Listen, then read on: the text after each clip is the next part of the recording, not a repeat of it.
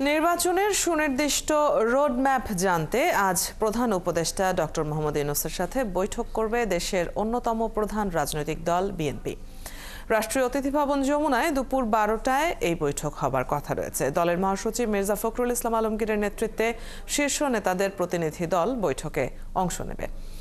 আর এই বৈঠকের আলোচনা ও ফলাফলের উপর নির্ভর করে ভোটের লড়াইয়ের কৌশল ঠিক করবে বিএনপি।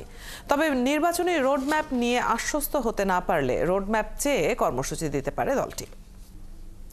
এ বিষয়ে বিস্তারিত জানাতে আমাদের সাথে যোগ দিচ্ছেন সহকর্মী শফিকুল হক। শফিকুল, আজ তো নির্বাচনের সুনির্দিষ্ট রোডম্যাপ নিয়ে আলোচনা হবে, কিন্তু কোনো কারণে রোডম্যাপ না পেলে বিএনপি কর্মসূচি দেবে এমনটি জানিয়েছে। তো পরবর্তী পদক্ষেপ কি হতে পারে?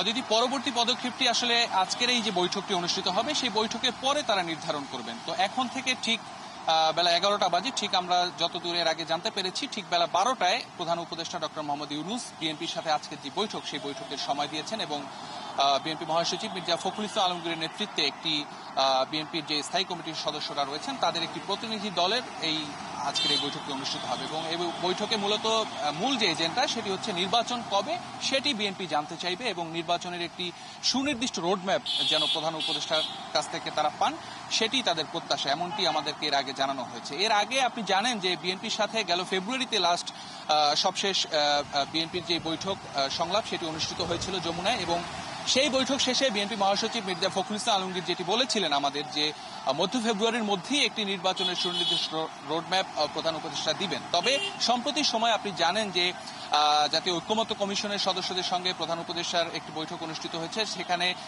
সেই বৈঠকে তিনি কমিশনের যারা সভাপতি রয়েছেন তাদেরকে নির্দেশনা দিয়েছিলেন যে আগামী ডিসেম্বর থেকে জুনের মধ্যে যেন নির্বাচনটি অনুষ্ঠিত হয়, সে লক্ষ্যে যেই সংস্কার কার্যক্রমগুলো তারা হাতে নিতে চাচ্ছেন সেগুলো দ্রুত শেষ করার তাগিদ প্রধান উপদেষ্টার পক্ষ থেকে দেওয়া হয়েছে এবং তার পরবর্তীতে প্রধান উপদেষ্টাও যেটি জানিয়েছিলেন যে আগামী ডিসেম্বর থেকে জুনের মধ্যে তারা নির্বাচনটি করতে চান। তবে বিএনপি সে বিষয়ে আসলে সন্তুষ্ট নয়। তারা যেটি বলছেন যে দেশের বর্তমান যে পরিস্থিতি, দেশের স্থিতিশীলতা ফেরানো, দেশের যে রাজনৈতিক সংকট সবকিছু মিলিয়ে আসলে একটি নির্বাচিত সরকারের কোনো বিকল্প নেই, সে লক্ষ্যে আসলে জাতীয় নির্বাচন অনুষ্ঠিত হওয়া জরুরি এবং সেই নির্বাচনটি তারা প্রত্যাশা করছেন এবং সেই নির্বাচনের যে রোডম্যাপ সেটি তারা দীর্ঘদিন থেকে বলে আসছেন। তবে স্পষ্ট কোনো রোডম্যাপ এখনো সরকারের পক্ষ থেকে, যদিও বলা হচ্ছে ডিসেম্বর থেকে জুনের মধ্যে নির্বাচন, তবে সে বিষয়ে আসলে নির্বাচনটি কবে অনুষ্ঠিত হবে সে বিষয়ে স্পষ্ট কোনো রোডম্যাপ এখনো পাওয়া যায়নি। তো সেই স্পষ্ট ধারণা পেতেই আজকে এই বৈঠকটি অনুষ্ঠিত হতে যাচ্ছে এবং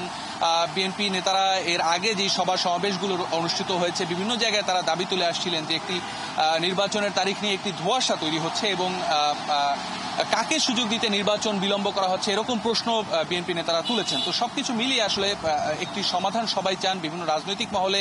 আপনি জানেন যে ঐক্যমত্য কমিশনে যেই দলগুলো তাদের মতামত জমা দিয়েছে সেখানে সংস্কারের একটি বিষয় রয়েছে এবং আগামীকাল বিএনপির সাথে সেই ঐক্যমত্য কমিশনের সংলাপ অনুষ্ঠিত হওয়ার কথা রয়েছে এবং সেই সংলাপে রাজনৈতিক দলগুলো যেই বিষয়গুলোতে ঐক্যমতে পৌঁছাবে সেই সংস্কারগুলো শেষে নির্বাচনের পথে তারা হাঁটবেন এমনটি কমিশনের পক্ষ থেকে জানানো হচ্ছে। তবে বিএনপির পক্ষ থেকে বারবারই বলা হচ্ছে যে নির্বাচনকালীন যে সংস্কার, নির্বাচন অনুষ্ঠানের জন্য ন্যূনতম যে সংস্কার করা দরকার সেই সংস্কারগুলো শেষে দ্রুত নির্বাচন দেওয়া হোক এমনটি তারা দাবি করছেন এবং সেই ধারণা নিতেই আজকের এই বৈঠকটি অনুষ্ঠিত হতে যাচ্ছে। এবং শফিকুল, আপনি যেমনটি বলছিলেন যে 12টায় শুরু হবে এই বৈঠক, আপনি খোঁজখবর রাখছেন, নিশ্চয়ই পরবর্তী সংবাদে আমরা আরো খবর জানতে পারবো। দর্শক সহকর্মী শফিকুল হক যুক্ত ছিলেন এতক্ষণ।